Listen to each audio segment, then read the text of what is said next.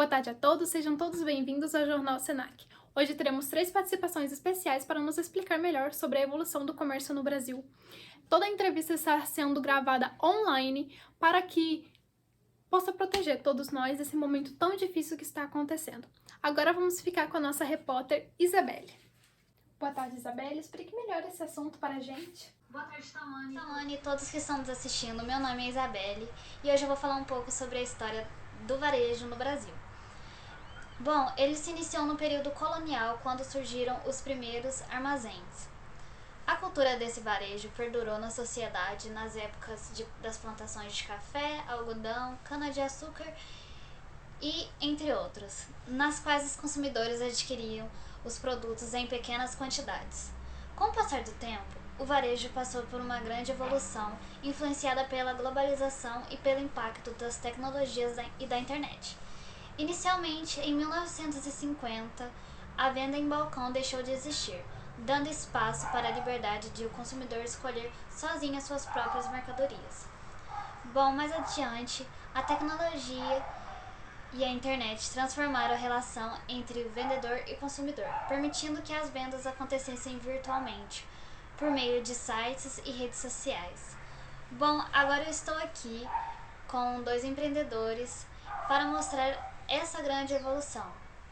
Agora a gente vai estar com o Denner, que vai falar um pouco sobre o comércio antigo. Olá pessoal, tudo bem? Hoje eu vim aqui a falar com vocês sobre a história do comércio, como ele surgiu. O comércio antigamente, antes de surgir o dinheiro, antes de surgir a moeda, ele foi com base através do escambo, que é uma atividade onde você conseguia produtos através de uma troca com outra pessoa. Então não vinha nada dinheiro envolvido e todas as movimentações comerciais eram feitas dessa maneira, através da troca. Em relação aos tempos mais antigos, lá no pessoal da roça, né, bem antigamente, todas as pessoas que quisessem, por exemplo, algo como uma vaca, uma galinha, que era o que existia, você teria que perguntar com alguém, procurar uma pessoa que tivesse aquilo que você queria e se ela quisesse trocar também. Então era um pouco mais difícil, mas era assim que as coisas funcionavam. E também na parte da roça, que antigamente era assim, todas as pessoas elas tinham uma terra e também sempre tinha algo produzido. Por exemplo, elas produziam milho, produziam café, essas coisas do tipo. Elas sempre tinham algo de sobra, né? Fora do que elas consumiam, sobrava. E aí quando ela quisesse pegar alguma outra coisa, algum outro produto, por exemplo, trigo, ela não tinha trigo, ela ia procurar outra pessoa que tivesse trigo e ir lá e trocava com ela e conseguia aquele trigo, certo? Então esse era o escambo, era assim que as coisas funcionavam. Não tinha dinheiro, não tinha moeda, né? Não tinha nada dessas coisas e tudo era muito mais simples do que hoje a gente vê, né? Os comércios, as movimentações, e são bem maiores e bem mais complexas. Primeiramente, boa tarde. Vou continuar complementando a nossa reportagem. Como já dizia nossos colegas, a gente está falando sobre a história do comércio no Brasil e tudo. E eu vou falar agora do nosso sistema atual, que diz que a economia brasileira ela é diversificada e abrange setores primários, como primeiro, segundo, terceiro. E o país é muito abandonado na monocultura ou direcionamento unicamente para um tipo de indústria. Hoje a economia brasileira é baseada na produção agrícola. E isso já disse pelo nosso estado, né, que é o maior exportador de café. A gente vive e nasce com isso. É algo que a gente nasce, né, a gente trabalha com isso. A maioria dos nossos colegas estão em empresas cafeicultoras. E a gente tem isso nas raízes, né, somos num estado que sempre teve, historicamente, café. Mas a nossa economia não é apenas só isso.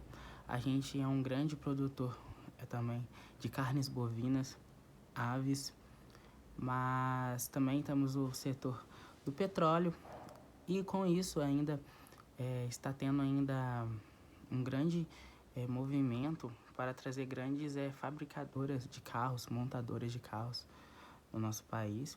E a nossa economia ela tem esses pontos abrangentes, pontos muito fortes, mas também pontos muito fracos, sabe?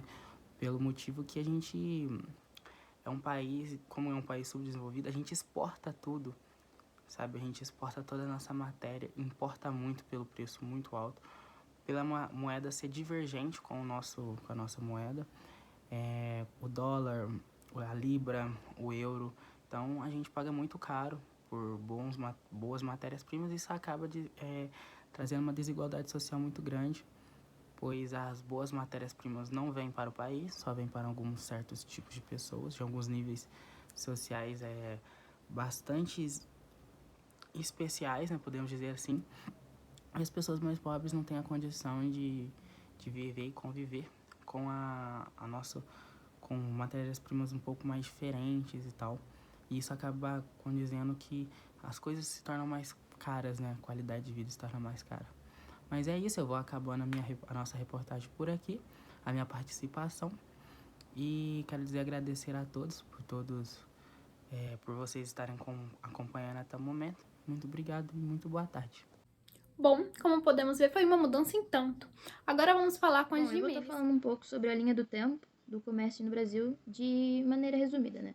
Bom, a gente começa lá em 1500, com a chegada dos portugueses aqui no Brasil, aí acontece a colonização portuguesa, e basicamente o que eles fazem? Eles escravizam, né, os índios e obrigam eles a extraírem os recursos naturais aqui do Brasil, e aí eles vendem, né, como matéria-prima e como diversos outros produtos. Depois, em 1649, a gente tem o ano da fundação da Companhia Geral do Comércio do Brasil, né? E até então existiam apenas empórios, né, que vendiam itens importados. Depois, em 1808, teve a chegada da família real no Rio de Janeiro. E com isso abriu várias lojas de luxo, né, na cidade do Rio. Depois, em 1900, em São Paulo, teve a industrialização e a chegada de imigrantes, que marcaram o surgimento das feiras livres, dos vendedores ambulantes e dos armazéns de secos e molhados. Basicamente, todo mundo aqui, creio eu, já foi no centro e já viu aquelas barraquinhas que ficam em algumas partes lá. Isso basicamente seriam os vendedores ambulantes, as feiras livres, etc. Depois, em 1953, surgiu o primeiro supermercado brasileiro, o Sirva-se, lá em São Paulo, né? E a aparência e o autosserviço eram similares, né, aos supermercados americanos, que faziam sucesso desde 1920. Depois, em 1966, foi inaugurado o primeiro shopping center do Brasil, o Iguatemi, em São Paulo. Creio eu também que todo mundo já ouviu falar do shopping Iguatemi. Depois, em 1973, São Paulo também ganha seu primeiro atacado de autosserviço, o Macro. Depois, em 1975, surge o primeiro hipermercado do país, o Carrefour, lá em São Paulo também. E esse modelo ele teve grande impulso depois, lá no período de hiperinflação, em 1992. Ainda em 1992, o Magazine Luiza lança a primeira loja virtual do Brasil, que funcionava apenas em terminais, porque ainda não tinha conexão com a internet, né? Em 1995, o Ministério das Comunicações libera a conexão com a internet para fins comerciais no Brasil, dando início à era do e-commerce, né? E nos EUAs surgem a Amazon e o eBay. Provavelmente todo mundo aqui já ouviu falar da Amazon. Em 1996, o empresário Ricardo Jordão Magalhães inaugura o primeiro e-commerce brasileiro, a Bra Software, e no mesmo ano, com a abertura da primeira Saraiva Mega Store em São Paulo, ganha força o modelo das lojas especializadas com mais de 1.000 metros quadrados de área de vendas. Né? Aí, em 2000, tem o surgimento da banda larga no Brasil, que permitiu a navegação mais rápida e segura, fortalecendo o e-commerce. E depois, em 2015, né, a despeito das previsões sobre o fim das lojas físicas, nasce um novo modelo de comércio tecnológico, no qual as plataformas on e offline funcionam de forma complementar. Depois a gente pula um pouquinho, falando mais recentemente, atualmente, com a chegada do coronavírus, muitas lojas físicas tiveram que se adaptar para o mundo digital, né, para o mundo virtual. Isso fez com que o fluxo desse mercado crescesse muito. Então a gente pode dizer que o mercado atual, a era atual, é um mercado, vamos chutar em 70% digital. Ou seja, cresceu muito, vai crescer muito mais. A tendência é que só aumente. A tendência é que daqui a um tempo, a maioria das coisas sejam virtualmente, digitalmente. Né? Então, basicamente, essa foi a linha do tempo do comércio no Brasil. Essa foi a nossa entrevista de hoje. Obrigada a todos e tenham uma ótima semana.